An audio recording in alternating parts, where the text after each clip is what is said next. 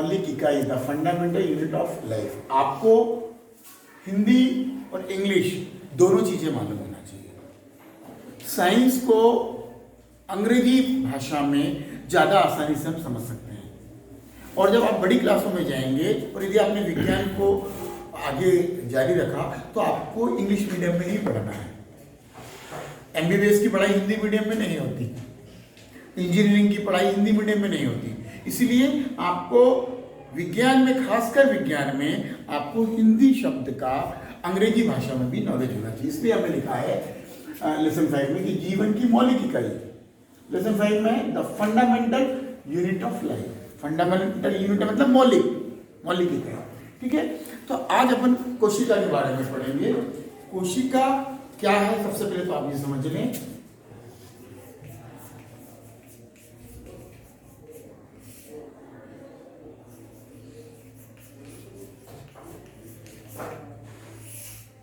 कोशिका क्या है? सबसे पहले आपको कोई भी चीज के बारे में दोनों आ जाएंगे उसमें, जीव में। अब रचनात्मक मतलब, रचना मतलब निर्माण करना, किसी भी चीज की रचना, स्ट्रक्चर बनना, उसको हम बोलते हैं रचना। किसी भी जीव की रचनात्मक इकाई को कोशिका कहते हैं। मतलब किसी की का निर्माण वाली जो है, ये कोशिका है, ये कोशिका किसी भी जीव का निर्माण करेगी। ये परिभाषा से क्या समझ आ रहा है? किसी भी जीव की रचनात्मक मतलब उसकी रचना करना। अब हमारे शरीर में जो कोशिकाएं दिख रही है क्या, पर रचना तो उसी ने करी है ना, है ना। अब अपन रोटी खाते हैं तो कहीं अपने को आटा दिखता है क्या? पूड़ी खाते तो कहीं अपने को वो गेहूं दिखते हैं क्या? पर आई तो वहीं से है ना वो चीज। तो वही बात यहाँ पे आती है कि जो हमारा जीव है उसका जो निर्माण है वो कोशिका से मिलकर के हुआ है। ये बात समझ आ गई आपको? अब कोशिका में जो सबसे महत्वपूर्ण बात है वो यह है कि उसका जो निर्माण करने वाला कार्य है उसका सब में एक सा होता है क्या, या सब में अलग अलग होता है क्या? ये हमारे दिमाग में एक बात आएगी कि क्या हमारे शरीर में जो कोशिका है, क्या वही कोशिका एक छोटे से बैक्टीरिया में है क्या? जो कोशिका हमारे में है क्या वो कोशिका उसमें है? नहीं। तो यही अंतर को समझने के लिए आज हमको प्रोकैरियोटिक और यूकैरियोटिक कोशिका को समझना होगा। और ये अंतर हमेशा आता है, और ये अंतर को समझने के लिए हमको एक बात का ध्यान रखना है कि पहले आप प्रोकैरियोटिक कोशिका लिखेंगे, फिर बाद में यूकैरियोटिक कोशिका लिखेंगे। तो इसको याद करने के लिए आप कैसे याद करेंगे? Professor UK, professor UK. तो प्रोफेसर यूके मतलब पहले लिखेंगे प्रोकैरियोटिक कोशिका, फिर यूके, फिर यूकैरियोटिक कोशिका। तो प्रोकैरियोटिक कोशिका और यूकैरियोटिक कोशिका में आपको कंफ्यूजन नहीं होगा यार इसका हमने कौन सा याद किया, इसका क्या याद किया, कंफ्यूजन नहीं होगा। पहले प्रोकैरियोटिक होगी तो प्रोकैरियोटिक कोशिका मतलब अल्प विकसित कोशिका, यूकैरियोटिक कोशिका मतलब पूर्णतः विकसित कोशिका। प्रोकैरियोटिक को हमने क्या बोला? प्रोफेसर, मतलब प्रोफेसर के पास कुछ नहीं है। और यूके मतलब यूनाइटेड किंगडम, अमेरिका, उसके बाद बहुत कुछ है।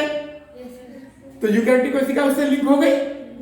तो आपको समझने के लिए वो बात समझना कि प्रोफेसर मतलब कुछ नहीं है, मतलब प्रोकैरियोटिक कोशिका मतलब अल्प विकसित कोशिका है जिसके पास कुछ नहीं है। एक तुलना ये हो गई। दूसरी तुलना हमने अपूर्ण घर से की है। अपूर्ण घर में क्या किया कि अपूर्ण घर कैसा होता है? कच्चा होता है, उसके ऊपर कवेलू होते हैं, मिट्टी की दीवारें होती हैं, वॉशरूम नहीं होता है, और पूर्णतः जो सुविधाएं हैं उसमें नहीं होती। उसी तरीके से प्रोकैरियोटिक कोशिका के अंदर कोशिका द्रव होता है, प्लाज्मा झिल्ली होती है, राइबोसोम होते हैं, छोटी मोटी चीजें होती हैं, और पूर्णतः सुविधाएं जो घर के अंदर होनी चाहिए वो नहीं होती। उदाहरण है अमीबा, क्लेमाइडोमोनास, पैरामीशियम, बैक्टीरिया, ये उसको उदाहरण है। तो ये प्रोकैरियोटिक कोशिका हो गई। अब आ गई यूकैरियोटिक कोशिका। तो यूकैरियोटिक कोशिका पूर्णतः विकसित कोशिका होती है। यूकैरियोटिक कोशिका में केंद्रक होता है, कोशिका द्रव होता है, लाइसोसोम होता है, माइटोकॉन्ड्रिया होता है, गोल्गी बॉडी होती है, प्लाज्मा झिल्ली होती है, और एंडोप्लाज्मिक रेटिकुलम होता है। तो ये जो अंग हैं ये कोशिका के अंदर पाए जाते हैं और ये अंग कोशिका के अंदर बहुत सारे कार्य करते हैं। ये यूकेरियोटिक कोशिका में ये बहुत सारे काम करते हैं, सबके काम अलग अलग है। अपने घर के अंदर अपने के सबके काम अलग अलग होते हैं ना, उसी तरीके से यूकेरियोटिक कोशिका के अंदर भी सबके काम अलग अलग है। अब इसको पूर्ण घर से हम तुलना कर सकते हैं। पूर्ण घर के अंदर मुख्य व्यक्ति कौन होता है? हमारे पिताजी। हमने उसकी तुलना किससे करी है? माइटोकॉन्ड्रिया से। माइटोकॉन्ड्रिया से तुलना करिए। उसके बाद हमारे घर में दूसरा व्यक्ति होता है हमारी माताजी, जो निर्माण का काम करती है, भोजन बनाती है। तो उसी तरीके से जिस तरीके से कोशिका के अंदर प्रोटीन का निर्माण होता है, तो एंडोप्लाज्मिक रेटिकुलम हमारी माँ के समान होती है जो प्रोटीन का निर्माण करती है। तो उसके बाद गोल्जी बॉडी होते हैं, जो प्रोटीन हमारा बन जाता है। ये गोल्जी बॉडी बच्चों की तरह सबको डिस्ट्रीब्यूट कर देते हैं। भोजन सबको डिस्ट्रीब्यूट करते कि नहीं करते अपन, उसी तरीके सबको वितरित कर देते हैं। उसके बाद लाइसोसोम होता है। तो लाइसोसोम क्या करता है? हमारे शरीर के, हमारे घर के अंदर जितना भी कचरा होता है, दिन भर में कचरा होता है, उस कचरे को बाहर कर देता है। कोशिका के अंदर भी बहुत सारी क्रियाएं होती हैं। तो कुछ लाभदायक पदार्थ बनते हैं, कुछ हानिकारक पदार्थ बनते हैं। तो हानिकारक पदार्थों को खत्म करने का काम लाइसोसोम करता है। तो लाइसोसोम स्वीपर की तरह कार्य करता है। तो ये चारों तरफ कवर है, चारों तरफ से कोशिका घिरी हुई है। तो ये हमारी चारों तरफ से ये बाउंड्री बनी हुई है।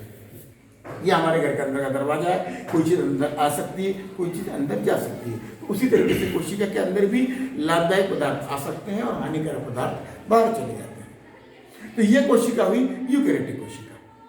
तो ये यूकेरियोटिक कोशिका पूर्ण विकसित जीवों में पाई जाती है, प्रोकैरियोटिक कोशिका अल्प विकसित जीवों में पाई जाती है। अब यूकेरियोटिक कोशिका कैसे निर्माण करती है जीव का, वो देख लें आप।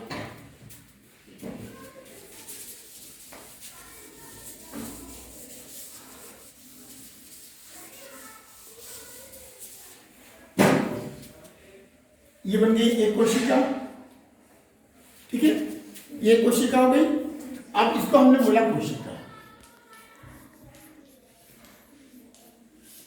अब ये समूह में आ गई।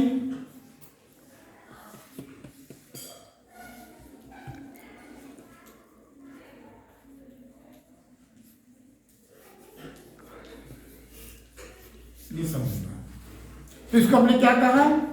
ऊतक। इंग्लिश में क्या कहेंगे? टिश्यू। ये समूह ने क्या मिला लिया? एक आकार ले लिया। तो क्या बन गए? अंग। अंग से क्या बन गया? शरीर। किसने बनाया? यूकेरियोटिक कोशिका ने। अब क्या दिक्कत है इसमें आपको? कोई दिक्कत? कोई समस्या? कोई प्रश्न आपके मन में आ रहा हो? जिस तरीके से ईंटों से हमारा मकान बनता है, उसी तरीके से कोशिकाओं से हमारा शरीर बनता है। अब जैसे प्रोकैरियोटिक कोशिका है। अब आपने कोरोना के ऊपर बहुत सुना, कोरोना कोरोना कोरोना। कैसे होता है कोरोना? कोरोना कैसे होता है आशी? कोरोना कैसे होता है? हाँ, कैसे होता है? विषाणु से होता है। कौन से विषाणु से होता है? कोविड। वायरस से होता है, कोविड से होता है। तो बैठो, तो जो वायरस, जो विषाणु है, ये विषाणु की जो कोशिका है, यह अल्प विकसित कोशिका है। जो बैक्टीरिया है, ये बैक्टीरिया जो विषाणु है, जीवाणु है, उनकी कोशिका भी अल्प विकसित है। अमीबा को देखा? नहीं देखा। हम आपको अमीबा को दिखाएंगे। वो एक कोशिकीय जीव होते हैं अमीबा, इस तरीके से। ये अमीबा, ये अमीबा, ये एक कोशिकीय जीव।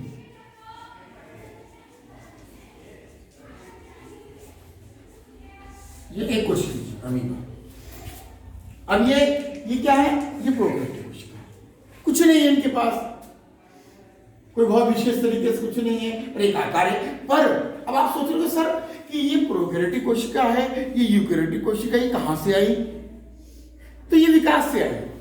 मैंने आपको पहले बताया था कि हमारे विकास कैसे होता है, विकास कैसे होता है।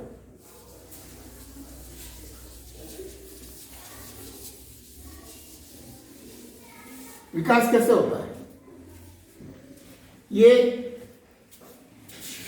पृथ्वी आई, पृथ्वी का कुछ नहीं था, जीवित अजीवित कोई नहीं था, नहीं था। ध्यान तो बेटा, पीछे ध्यान नहीं है तुम्हारा, बिल्कुल सही से बैठो, स्ट्रेट होके बैठो, बिल्कुल टिक के नहीं बैठना है, स्ट्रेट होके बैठो। अपना जो तंत्रिका तंत्र, जब हमारी रीढ़ की हड्डी सीधी रहेगी तो हमारा तंत्रिका तंत्र अच्छे से कार्य करेगा और हमको नींद भी नहीं आएगी। सीधे बैठिए आप।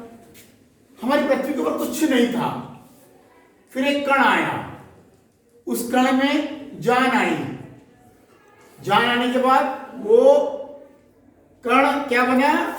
विषाणु। क्या बना? विषाणु।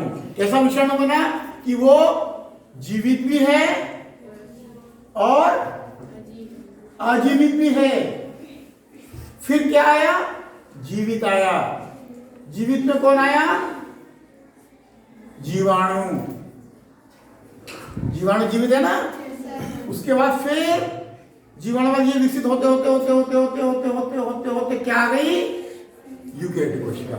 इसमें और विकास हुआ, फिर और विकास हुआ, फिर और विकास हुआ, फिर एक कोशिका से 2 बने, फिर 4 बने, फिर 5 बने, ऐसे ऐसे करते यूकैरियोटिक कोशिका बन गई। तो ये आज भी यहां पे है भाई।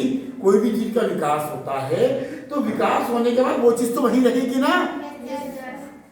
मान लीजिए आज हमारे पूर्वज, हमारे जो पूर्वज है उनको हम मानते हैं बंदर, मानते हैं हमारे पूर्वजों को, मानते बंदर मानते हैं ना। तो अब हम देखें तो बहुत सारी हरकतें हमारी बंदरों जैसी हैं।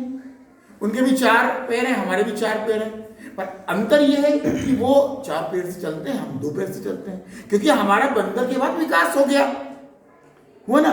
उनकी पूंछ थी, हमारी पूंछ है क्या? नहीं है, हमारी पूंछ विलुप्त हो गई क्योंकि हम विकसित हो गए। अब हमारा विकास रुक गया क्योंकि हम पूर्णतः विकसित हो गए। बात समझ में आ रही है आपको? पर वो जो विकास हम आए, हमें यदि हमारे पूर्वज को माने तो हम कहां से आए थे?